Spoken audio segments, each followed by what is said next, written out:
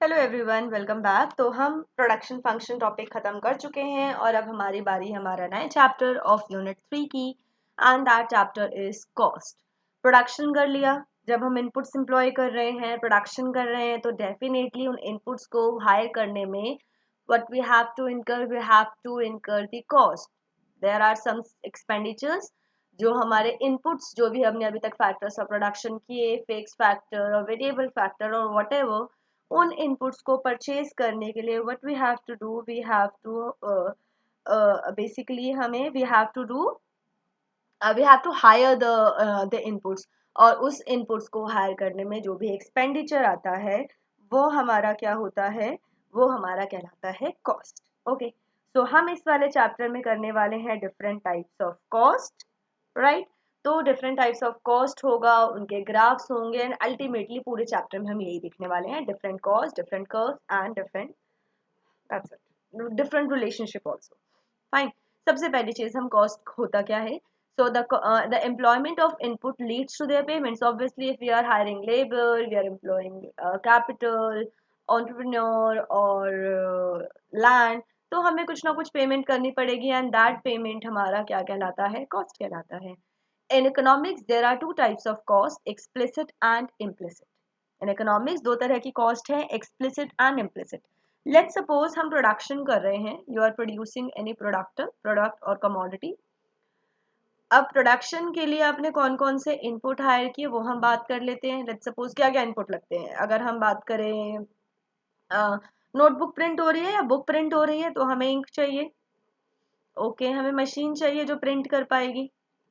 हमें पेपर्स चाहिए होंगे, यानी पेजेस चाहिए होंगे, राइट। एक ऑथर होगा जो ये सारी चीजें लिखेगा, है ना। लैंड होगा जहाँ पे सारा काम होगा।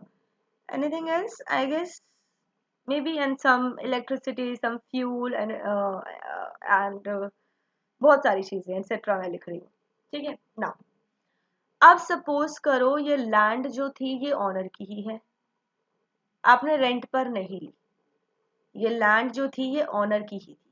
आपने जब इसको नहीं लिया तो अब आपको पेमेंट इसको करोगे। आप पेमेंट किसको किसको करोगे?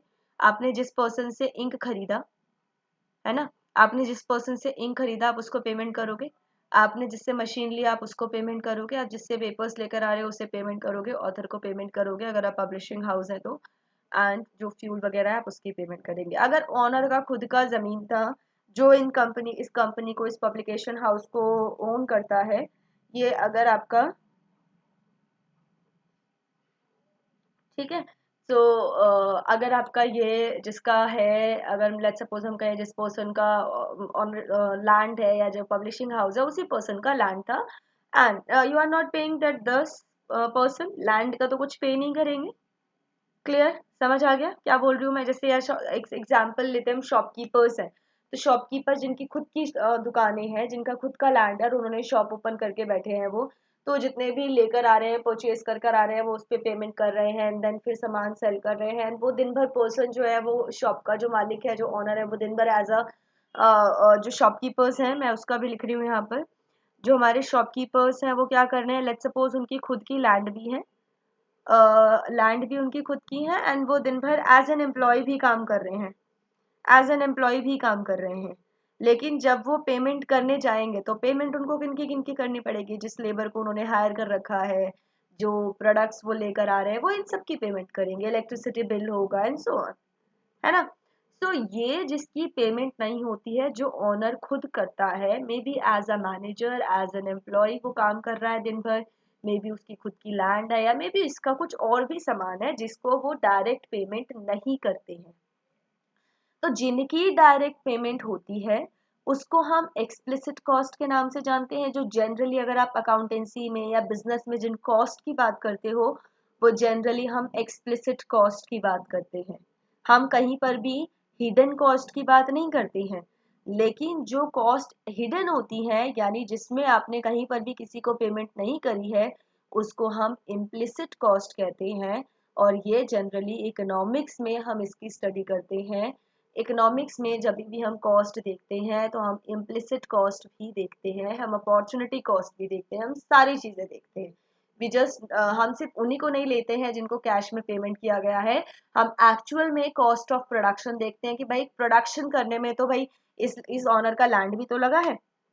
अगर प्रोडक्शन हो रहा है तो इस जो लैंड है ये भी काम आया है प्रोडक्शन में, तो कॉस्ट तो इसका भी पेमेंट आएगा।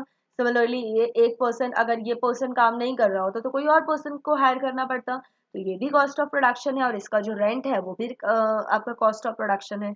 तो in economics we talk about both implicit and explicit cost, that means we talk about every cost of production, and this is known as implicit cost. So, for producing a commodity, a firm requires factor inputs and non-factor inputs. The money spent by the firm on buying or hiring of factor inputs and non-factor inputs is called money cost or explicit cost, जिसको आप specifically money में payment कर रहे हैं. Whereas implicit cost क्या है? The estimated values, estimated value आप इसको payment नहीं कर रहे हैं, of the producer's own resources, यानी estimated value of the land, rent कितना होगा इस लैंड का, सिमिलरली इस पर्टिकुलर लैंड का कितना रेंट होगा, और एज एन मैनेजर या एम्प्लॉय जो काम कर रहा है उसको कितनी सैलरी देते हैं अगर किसी हम बंदे को रखते हैं, तो this is the estimated value जो हमारी हिडन होती है। तो हम इसको, जो प्रोड्यूसर की खुद की होती है, खुद का रिसोर्स होता है, चाहे वो उसकी खुद की लेबर हो, चाहे वो उसका कोई प्रोडक्ट हो, या कोई लैंड हो, मशीनरी हो, कुछ भी हो, वो सब हमारा कौन से कॉस्ट में आता है? वो सब हमारा इम्प्लिसिट कॉस्ट में आता है, हिडन कॉस्ट भी कहलाती है। सो इन इकोनॉमिक्स जब भी आपसे कोई पूछे what do you mean by cost in economics, तो in economics we talk about two cost, one is explicit and one is implicit. So whenever we are talking about cost in economics, that means we are talking about all the cost, yani explicit plus implicit, everything. ठीक है, समझ आ गया इस cost का मतलब? That's it for this video. Thank you so much for watching the video.